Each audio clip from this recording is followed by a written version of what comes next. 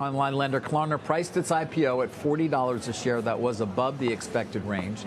The deal values the Swedish fintech company at roughly $15 billion. The stock is set to begin trading today on the New York Stock Exchange. Its ticker, KLAR. CEO Sebastian Siemiatowski joins us right here for a CNBC, first on CNBC interview. Congratulations.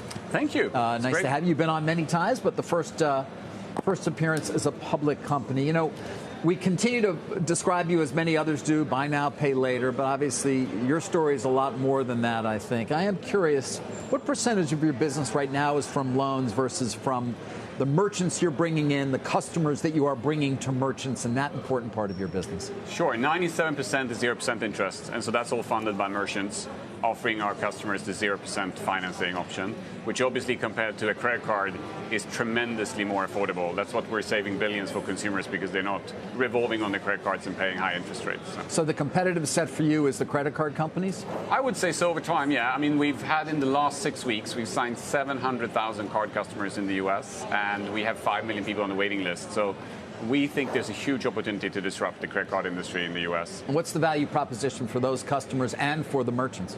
There's a fantastic study by McKinsey in 2015 that shows there's an audience here in the US called self-aware avoiders.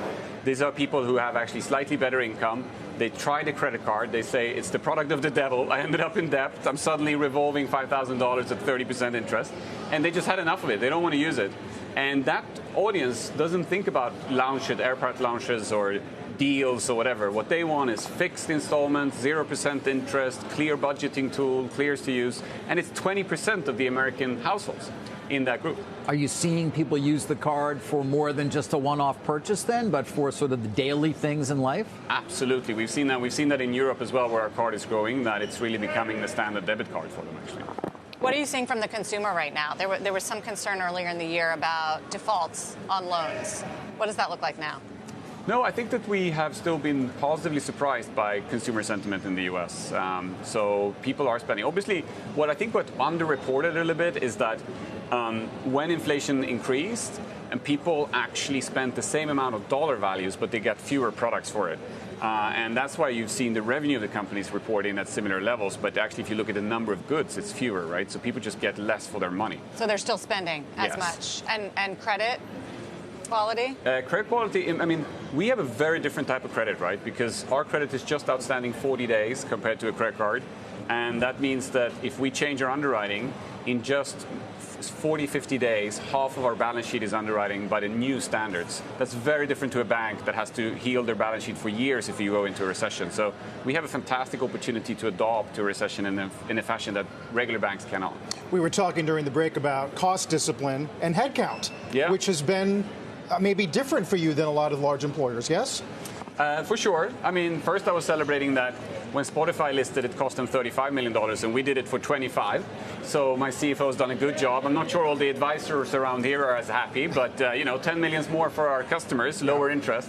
And I think that's the key, right? I think that to me, what's been so exciting about Walmart, working with them and the inspiration from them, is that's a company, when they grew and became more efficient, they gave it back in higher quality and lower prices. Have you ever seen a bank do that? Have you seen the banks reporting here like, oh, we made all this profit, we're going to lower the interest rate tomorrow? So I think building a bank that has that as an aspiration to give that money back to its customers and be more efficient, thanks to AI, we used to be 7,400, we're now 3,000 people working at Klarna. And I mean, that means that we can offer our services at a better price, at a higher quality. What types of jobs were you able to do without? Well, pretty much everything. The one thing you can't do, obviously, is sales. We have 500 salespeople spread out across the world who work with our fantastic retail partners. But apart from that, a lot. I mean, what we did, though, is a little bit different. We don't do layoffs. We just don't hire. And because you have a natural attrition of 20% in a company like ours, it means that every year 20% leaves. And if you don't recruit, you just shrink, right? But what we've done is we promise all our employees some of those savings we are going to accelerate their compensation with. So they have seen an increased acceleration in their compensation due to all of the AI that we've done. It's fair to say you were early out of the gate with efficiency, I think, even before Mark Zuckerberg started uttering those words. But it is kind of shocking, 7,400 employees to 3,000 now. Can you go too far in terms of cutting, or do you see continuing to sort of lop off, as you said, the 20% that leave every year and not replace them? You can, and I think we may have over-indexed on AI and efficiency, and now we are indexing more again on growth. But so that's what you really see in our Q2.